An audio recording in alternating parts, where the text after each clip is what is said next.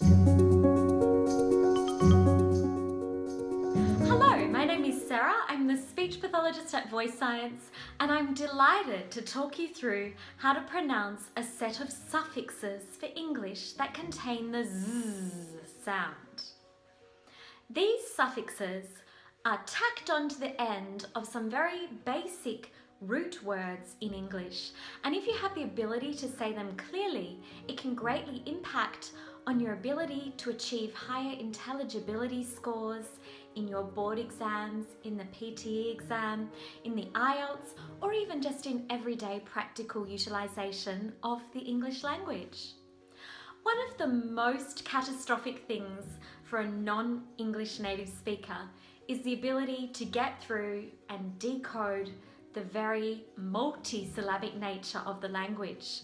English is categorised and qualified by the fact that syllables vary in stress, they vary in duration and length, and they also, there's just so many of them at times according to the variety of words that we need to produce. In this video, I want to run through some common suffixes that contain the Z sound in order for you to mobilise and troubleshoot and be much more proficient at saying these words or words that fall under these sound sets.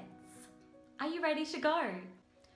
The suffix ism looks like it contains an S. We see the letter S, but make sure you've got a lot of vocal vibration running through the entire suffix.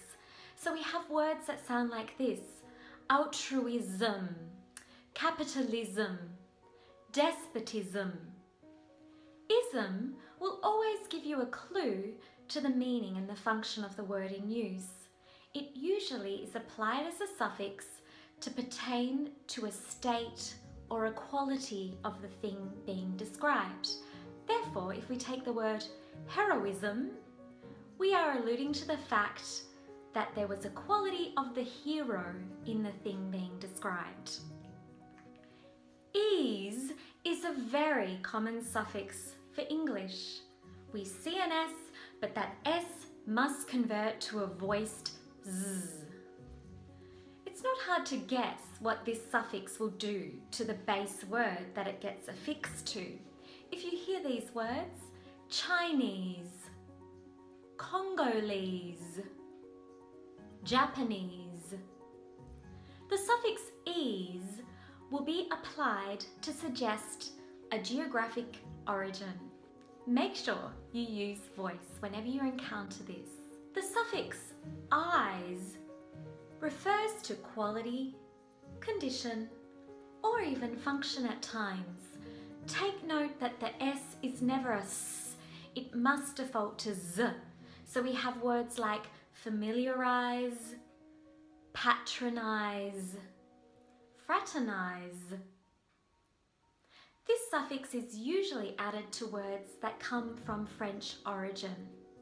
We know many words like merchandise, franchise. All of these words must never end with an S sound. The suffix wise is used to give information on the manner or the direction of the thing or activity being described.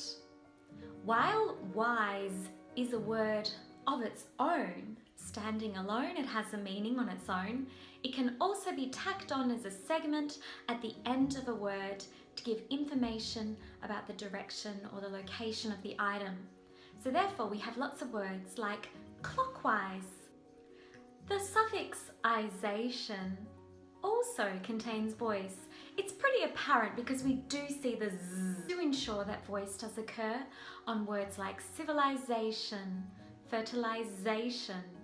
Isation usually refers to the process of making something. So in the case of fertilization, an egg is being made, fertilized. So that sums up our first vlog that covers the importance of voicing in a set of suffixes. And what I've tried to do is identify some of the core suffixes of English that contain the Z sound to ensure that you're activating voice.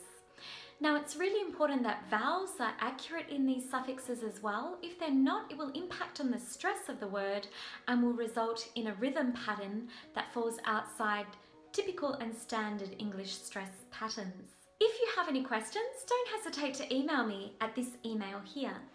I also want to let you know that while these videos hopefully are helpful, they are not designed essentially to completely hit an accent or reduce an accent. They're more like some little troubleshooting strategies for you to use. We have quite limited scientific evidence for the benefits of video-based training to eliminate and remediate accent features. Therefore, I strongly recommend, if you do have concerns about adjusting some core aspects of your speech characteristics, don't hesitate to contact me for an initial diagnostic accent assessment. Looking forward to posting content for you next Thursday. Have a wonderful week. Ciao.